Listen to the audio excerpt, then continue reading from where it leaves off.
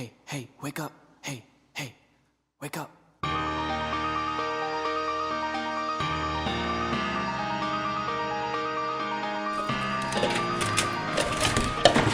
Hello, music lovers. Welcome to In the Mind of a Pianist. This is my second installment on the subject of memory and the process of memorizing music. And this one is quite different from the first. My first video emphasizes the procedure of creating a mental wire skeleton of the structure and subsequently methodically filling it in. If you haven't seen that first video, I recommend that you watch it after watching this one. Here today, I will delve more deeply into specifics. While this video was not devised for beginners, I encourage you to watch it if you are a beginner, and this will give you a nice idea of what lies ahead for you down the pike. These kinds of videos can help to orient you in regards to what is most important and deserving of your attention. I am ecstatic to feature here the D major Partita of Johann Sebastian Bach, my absolute favorite of his 6 keyboard partitas. I've been wanting to learn this stunning composition for a very long time. Begin first with a couple of very thoughtful playthroughs. It helps if you can find some kind of connection to the music at the outset. Know and find some specific attributes you like about it. These grow over time. As an example, I'm going to suggest you play the slow introduction of the Overture 3 times. And play it differently each time. This is a time of exploration and discovery.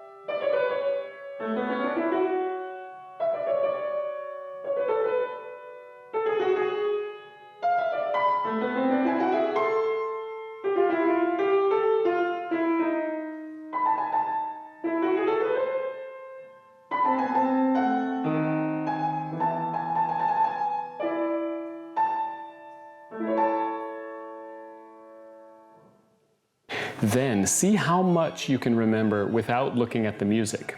I could only remember 1 measure the first time, which is actually not bad and pretty average. But this led me to beg the question, what comes in the second measure? Pursue a dreamlike state of mind in these initial stages, as opposed to a more direct and concentrated state of mind. When I say dreamlike, I do not mean unfocused and relaxed. Learning must be active and should feel like work. But seek to imagine or conjure up what the first chord or notes might be by using logic and conversations about it with yourself, where you notice every little detail. Explain to yourself what you think it is and why. For example, the first harmony is the tonic harmony, which is D major. I know the left hand has an empty octave, which is the frame of the scale, and which means the harmony is in root position. I know the right hand has the triad in second inversion, which means the tonic note, in this case D, is in the center. And Bach wrote a mordent on that D to emphasize it. As you can see, there is a lot that can be said for the very first snapshot of the music. Don't rush yourself. Don't allow judgmental thoughts like, I'm being slow, or this isn't working, I must be doing it wrong. Any thought like this will slow you down and waste your mental energy. Be playful with your thoughts instead. Stay positive and encouraging.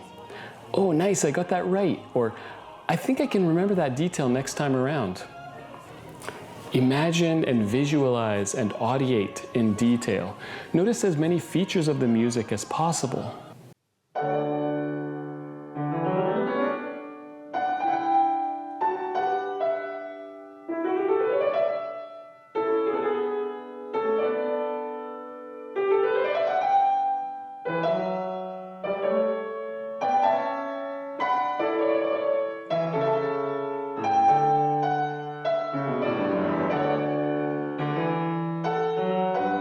So as I'm sitting here memorizing, I also want this to be an opportunity to buttress my theoretical knowledge more generally, because this helps me to learn other pieces more easily. The next thing that happens is a straight up D major scale, but the very interesting and stunningly beautiful thing to note is the rhythm is 30-second notes, and it starts right after the beat. So this creates a powerful, elegant, and very long upbeat. The technical term for upbeat is anacrusis. Ana meaning up, back, again or against. And crucis meaning a striking, beat, or clash. So literally, anacrusis means something like a pushing up, striking up, or an upward beat. This introduction is called a French overture style. And I decided not to say much about that because there are already so many videos on the internet which address the French overture. So please do look up a video on it if you don't know what it is. In a nutshell, it's dotted rhythms which create a ceremonial and majestic feel and which convey grandeur. This is music which could be played at the entrance of a monarch. As I learn this, my focal point is not to create very vibrant sounds, but to create delicate and intricate sounds. Some pianists will play this with great power, but if you cannot do that, don't feel threatened by them. They are not threatening you by dint of being powerful, contrary to popular beliefs. Yes, this D major partita is virile and full of vitality, but it also has sublime lyricism that I've never heard before. Maybe because I never knew how to hear it before. And I want to try to show that singing and praising quality as much as possible in my performance. Some people may say, why are you down-talking yourself? But speaking the truth is not down-talking yourself. This music can be easy to memorize if you have a good deal of experience memorizing.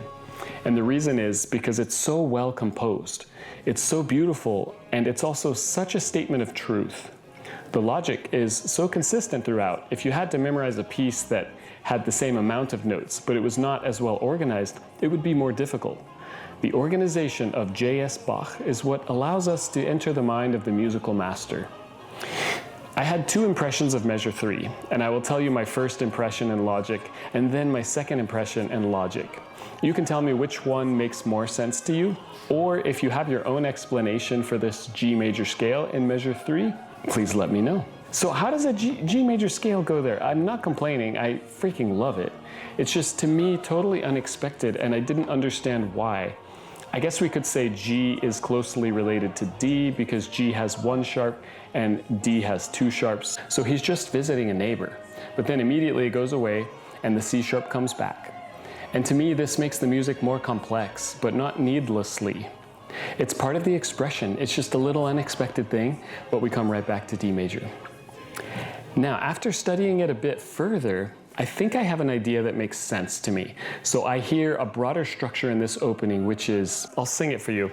F sharp goes to E, which goes to D, which goes to C sharp, which comes back to D. That makes a Nike swoosh shape. That is the contour of the main layer here.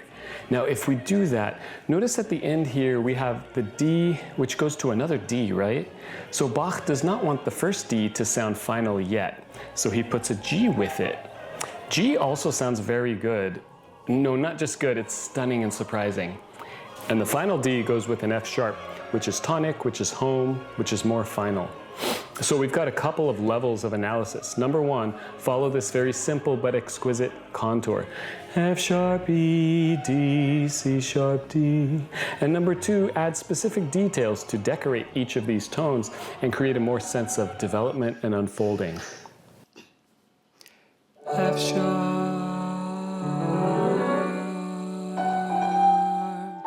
E,